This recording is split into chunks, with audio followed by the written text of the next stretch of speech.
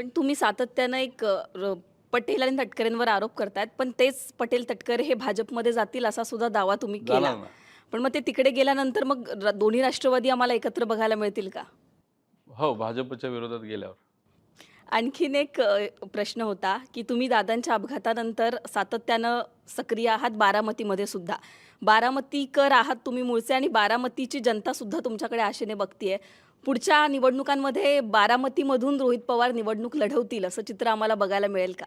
नाही, पवार नक्कीच कोणी ना कोणी त्या ठिकाणी उभा राहणार आहे आणि राहिला प्रश्न मी तिथं का लक्ष देतोय? कारण का लहानपणीपासून म्हणजे माझा जन्मच बारामतीचा आहे. मी तिथला मतदार आहे. लहानपणीपासून पवारसाहेब आणि अजितदादा यांनी बारामतीला अक्षरशः परिवारासारखं तिथं जपलंय. आता महाराष्ट्रालाच जपलं होतं, पण बारामतीचा विषय निघाला म्हणून सांगतो. आणि मग अशा परिस्थितीमध्ये आणि लोकांनी वेड्यासारखं प्रेम पवार परिवारावर केलंय. म्हणजे काही-काही लोकांनी डिपॉझिट गेले, जे दुसऱ्या पक्षातून उभे राहिले होते. मग याच्यात काय आहे, की जेव्हा त्या लोकांवर अन्याय होतो, आता समजा आता शेतीच्या पाण्याचा प्रश्न आहे. आता कदाचित माझं ट्वीटसुद्धा आलं असेल. मग मी अधिकाऱ्यांबरोबर बैठका तुम्ही घेतल्या. एवढं लक्ष ठेवता कशावर? की ट्विट किती वाजता येईल? हो, माझं ऑफिस नाही, ते मीच सांगतो म्हणून. काही-काही अच्छा. लोकं त्यांचं ऑफिस काम करतं, पण इथं माझं डोकं असतं. पण आता ह्याच्यात विषय असा आहे, की आता 2 दिवसापूर्वी माझी 3 दिवसापूर्वी बैठक झाली. का तिथले शेतकरी आणि लोकं माझ्याकडे आलं, की आमचं गेलं आवर्तन शेतीचं हे मिस झालंय. त्यात बरंच काही अडचणी आल्या, कोणी लक्ष नाही दिलं का काय झालं. आता या या हे आवर्तन पण डिले व्हायला लागले, उशीर झाला, आमची पिकं जळायला लागली. आम्ही म्हटलं चला जाऊ अधिकाऱ्यांकडे. अधिकाऱ्यांकडे झालं, सगळं ठरलं, तारीख ठरली, काल संध्याकाळी पाणी सुटणार होतं, अजून नाही सुटलं. अधिकाऱ्यांशी बोलल्यानंतर अधिकारी आम्हाला म्हणतात, की वरून आदेश आहे, की पाणी अजून उशिरा द्यायचं आहे. आता आदेश तुम्ही देता, पण आता माझा विश्वास आहे, की मतदारसंघ ज्याचा असतो, जसं बारामती आता सुनेत्रा काके त्या तर आदेश देणार नाही. मग असा आदेश कुणी दिला, की बारामतीला पाणी देऊ नका? वेगळं राजकारण आहे का? आम्ही काही शांत बसणार नाही.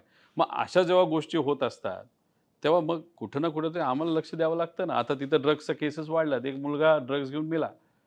आता त्या परिवारावर काय जात असेल आणि उद्या हे वाढू नये, त्यामुळे दक्षता आम्हाला घ्यावी लागते. त्यामुळे माझा मतदार जो कर्जत जामखेड आहे संघ, त्यासाठी तर आम्ही लढतोच आहे.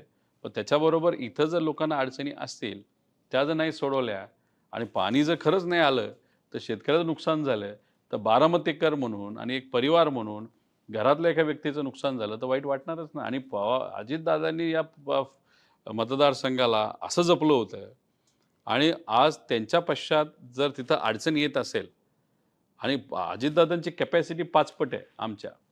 त्यामुळे सुनित्रा काकींना पण काम नक्कीच करावं लागणार आहे, पार्थला करावं लागेल, जयला करावं लागेल, युगेंद्रला करावं लागेल आणि त्यात सुप्रियाताई तर खासदारच आहेत आणि मला जेव्हा सांगतील तेव्हा मी काम करणारच. विषय काढलाय तुम्ही बारामतीचा. मला हा प्रश्न आवर्जून विचारायचा आहे, कारण अनेकांच्या मनात आहे. शरद पवार वयाच्या 86व्या वर्षी राज्यसभेवरती का जातात? याचं उत्तर महाराष्ट्राला हवं आहे. महाराष्ट्रासाठीच गेलेत असं आपल्याला म्हणता येईल. त्याचं मुख्य कारण असं आहे, की अनुभवच 65 वर्षाचा आहे. त्यानंतर मंत्री होते, मुख्यमंत्री होते.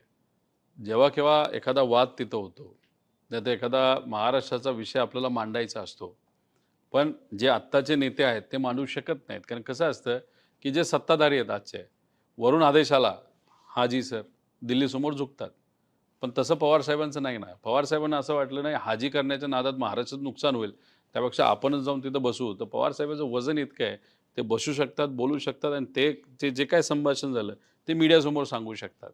त्यामुळे हाही विषय महाराष्ट्रासाठी अतिशय महत्त्वाचा आहे. कारण का आज जे सत्ताधारी आहेत ना, म्हणजे आपली खरं परंपरा नव्हती महाराष्ट्राची, की आपण दिल्लीसमोर झुकत होतो, पण आता लयच झुकायला लागलोय.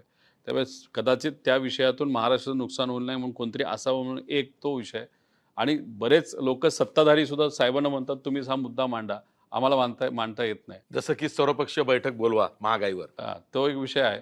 आणि दुसरा कदाचित आता खासदार झालेले आहेत, तेव्हा सुप्रियाताई आहेत. ते स्वतः आता खासदार आहेत. त्यानंतर अजून एक खासदार तिथूनच आहे बारामतीतून. अनेक आमदार तिथून आहेत.